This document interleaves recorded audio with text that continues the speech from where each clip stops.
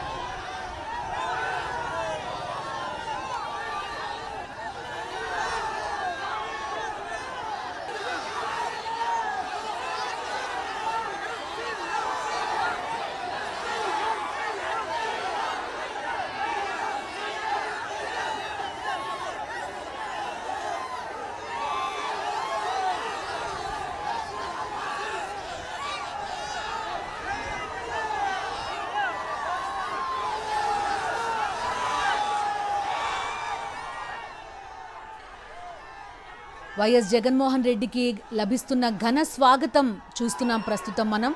ఒక పండుగలాగా వైఎస్ జగన్మోహన్ రెడ్డి రాకను జరుపుకుంటున్నారు. డీజే సౌండ్లు, పూల వర్షం, అదేవిధంగా ఒక ఫంక్షన్కి ఎలాంటి ఏర్పాట్లు అయితే చేస్తారో ఆ స్థాయిలో జనం వైఎస్ జగన్మోహన్ రెడ్డికి స్వాగతం పలకడం మనకి సాక్షి స్క్రీన్ పైన కనిపిస్తోంది. శ్రీకాకుళం వెళ్తున్నారు వైఎస్ జగన్మోహన్ రెడ్డి.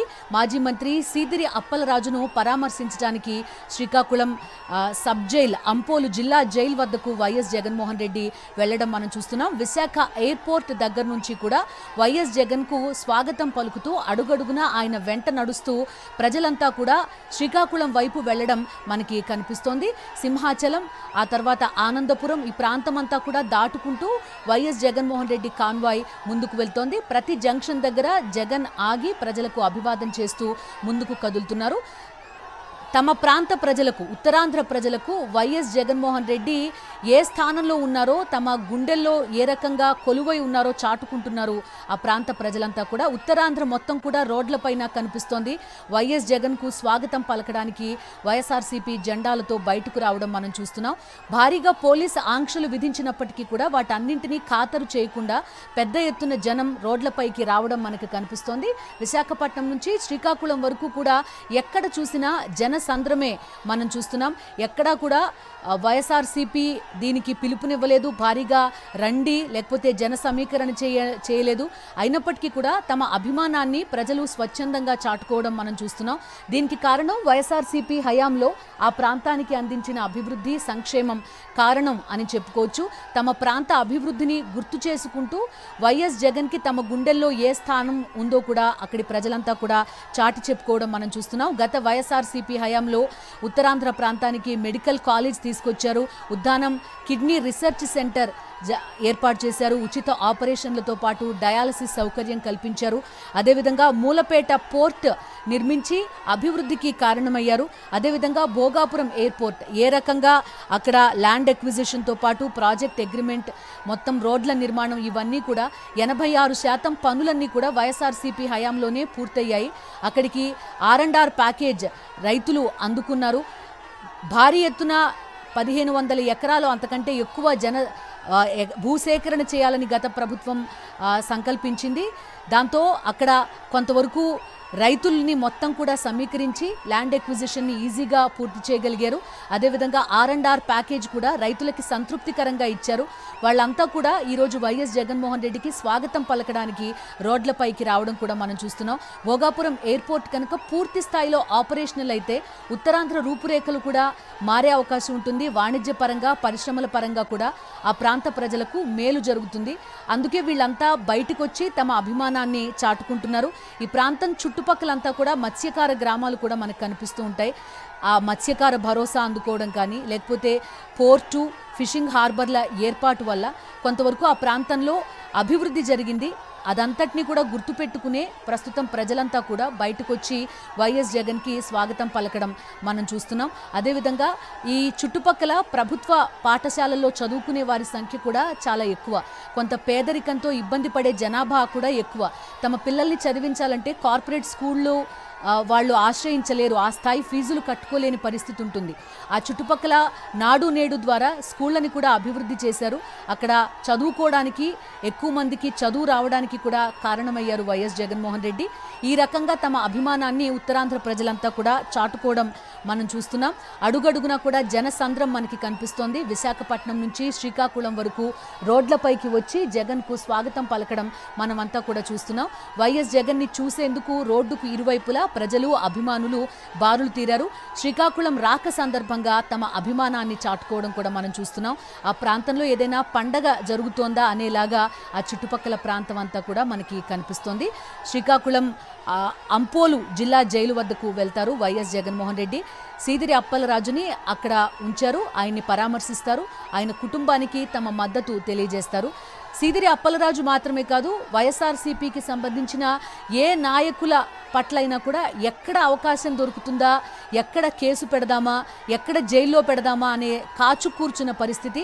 అదే రకంగానే ఒక కేసుని మాజీ మంత్రి సీదిరి అప్పలరాజు మెడకి చుట్టి మరీ జిల్లా జైల్లో ఆయన్ని నిర్బంధించారు. సో ఆయనకి తమ మద్దతు తెలియజేయడానికి, ఆయన కుటుంబానికి అండగా ఉండడానికి వైఎస్ జగన్మోహన్ రెడ్డి అంపోలు జిల్లా జైలు దగ్గరికి వెళ్తున్న పరిస్థితి మనం చూస్తున్నాం. కూటమి ప్రభుత్వం ఏర్పాటైన దగ్గర నుంచి కూడా మండల స్థాయి, గ్రామ స్థాయి దగ్గర నుంచి రాష్ట్ర స్థాయిలో పనిచేసిన మాజీ మంత్రి దాకా ప్రతి ఒక్క నాయకుడిని ఏదో రకంగా టార్గెట్ చేసి మరీ జైలుకి పంపిస్తున్న పరిస్థితి. సీదిరి అప్పలరాజును కూడా అదే రకంగా అక్రమంగా నిర్బంధించారు. ఆయన్ని పరామర్శించడానికే శ్రీకాకుళం వెళ్తున్నారు వైఎస్ జగన్.